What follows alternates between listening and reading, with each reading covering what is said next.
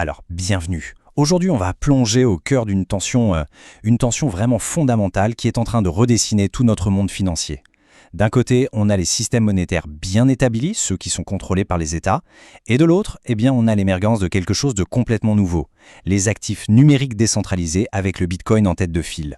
Du coup, la grande question qu'on doit se poser, c'est est-ce qu'on est juste en train d'assister à une énième répétition de l'histoire financière, ou est-ce qu'il y a une force complètement inédite qui est sur le point de tout, mais alors tout, bouleverser? Pour essayer d'y voir plus clair, il y a deux grandes théories qui s'affrontent.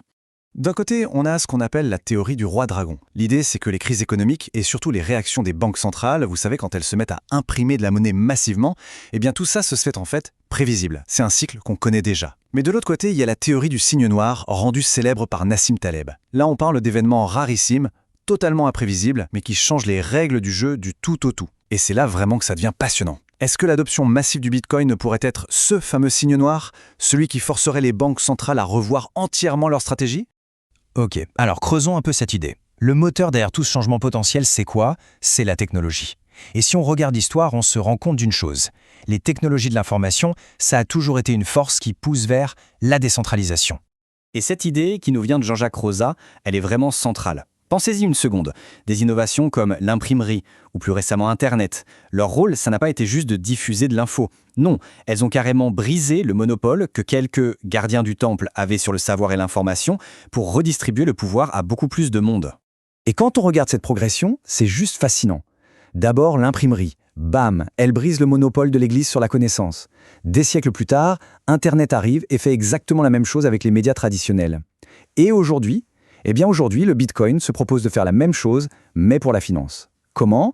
En abaissant de façon radicale la barrière pour détenir un actif qui, pour la première fois, n'est contrôlé par absolument personne. Réfléchissons-y un instant.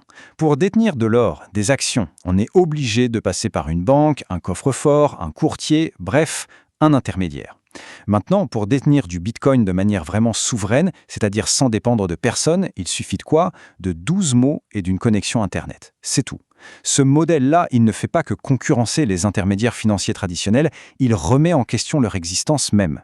Et là, ça nous amène à une question encore plus fondamentale, encore plus vertigineuse. Si les règles de la monnaie, la politique monétaire, peuvent être gravées dans du code informatique, comme c'est le cas pour Bitcoin, et fonctionner toutes seules de manière autonome, alors quel est le rôle d'une banque centrale? À quoi servent-elles si leur mission principale, c'est justement de gérer cette politique monétaire?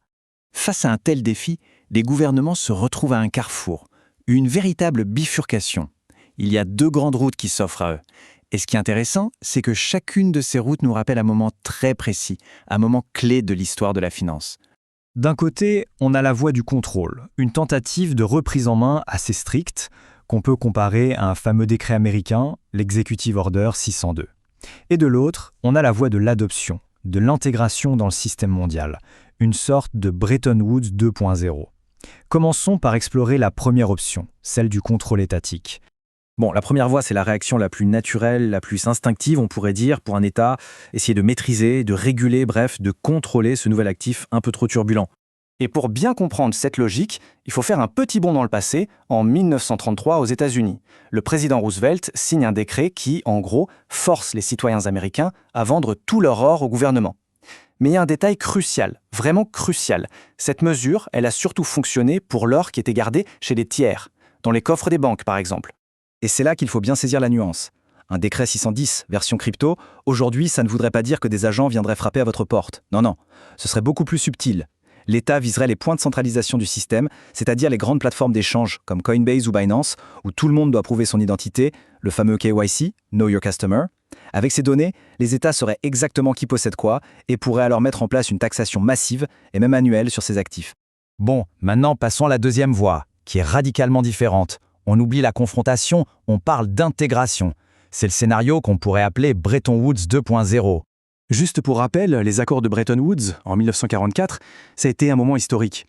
Ils ont complètement réorganisé le système monétaire mondial autour du dollar américain, qui à l'époque était encore adossé à l'or. C'était un véritable changement de paradigme. Le truc, c'est qu'aujourd'hui, beaucoup de gens utilisent l'expression Bretton Woods 2.0 pour parler de simple mise à niveau technologique. Par exemple, tokeniser des actions, utiliser des stablecoins. Mais attention, il ne faut pas se tromper. Ça, c'est juste une modernisation de l'ancien système. Ce n'est pas du tout un changement fondamental des règles. Non, Un vrai Bretton Woods 2.0, tel que le définit notre source d'analyse, ce serait quelque chose de bien plus radical. Ce serait un scénario où le Bitcoin deviendrait un étalon de valeur à l'échelle mondiale, un actif de réserve neutre que les banques centrales détiendraient dans leur coffre, juste à côté de leur or. Alors soyons très clairs là-dessus, ce scénario où les banques centrales se mettent à acheter du Bitcoin, ce n'est pas pour demain ni même après-demain.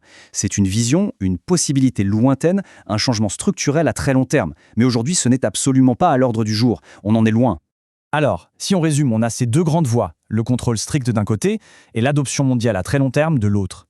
La question c'est, laquelle des deux représente le défi le plus immédiat, le plus pressant pour les gouvernements, là, maintenant? Et quand on met ces deux scénarios côte à côte, le contraste est vraiment frappant. La voie du contrôle, son focus c'est quoi? C'est les actifs des citoyens. Son mécanisme, utiliser les données des plateformes d'échange pour taxer. Et son défi, il est immédiat, pour des pays comme la France par exemple. À l'opposé, la voie de l'adoption, son focus, c'est le système monétaire mondial tout entier. Son mécanisme, l'adoption par les banques centrales. Et son défi, c'est un changement structurel à très long terme. Le message ici est donc on ne peut plus clair. Le vrai casse-tête pour les États aujourd'hui, le problème urgent, tactique, ce n'est pas de savoir si le Bitcoin va remplacer le dollar. Pas du tout. C'est de trouver comment gérer et surtout comment taxer les actifs numériques que des millions de leurs citoyens détiennent déjà. Donc s'il y a une chose à retenir, c'est bien ça. La voie la plus probable, à court terme, c'est sans conteste celle du Crypto Executive Order 6102. C'est-à-dire un scénario où un État, prenons la France comme exemple, utilise tout simplement les infos des plateformes pour identifier les détenteurs de crypto et leur appliquer une taxe annuelle. C'est concret, c'est direct, c'est faisable. Et tout ça, ça nous laisse avec une question finale, une question en suspens. En se concentrant à ce point sur ce problème de fiscalité à court terme, est-ce que les gouvernements font juste preuve de pragmatisme ou est-ce qu'ils ont tellement la tête dans le guidon, tellement focalisés sur le contrôle immédiat qu'ils risquent de passer complètement à côté de la plaque, de rater une transformation historique et fondamentale du système monétaire? C'est la réponse à cette question qui au final dessinera l'avenir de la monnaie.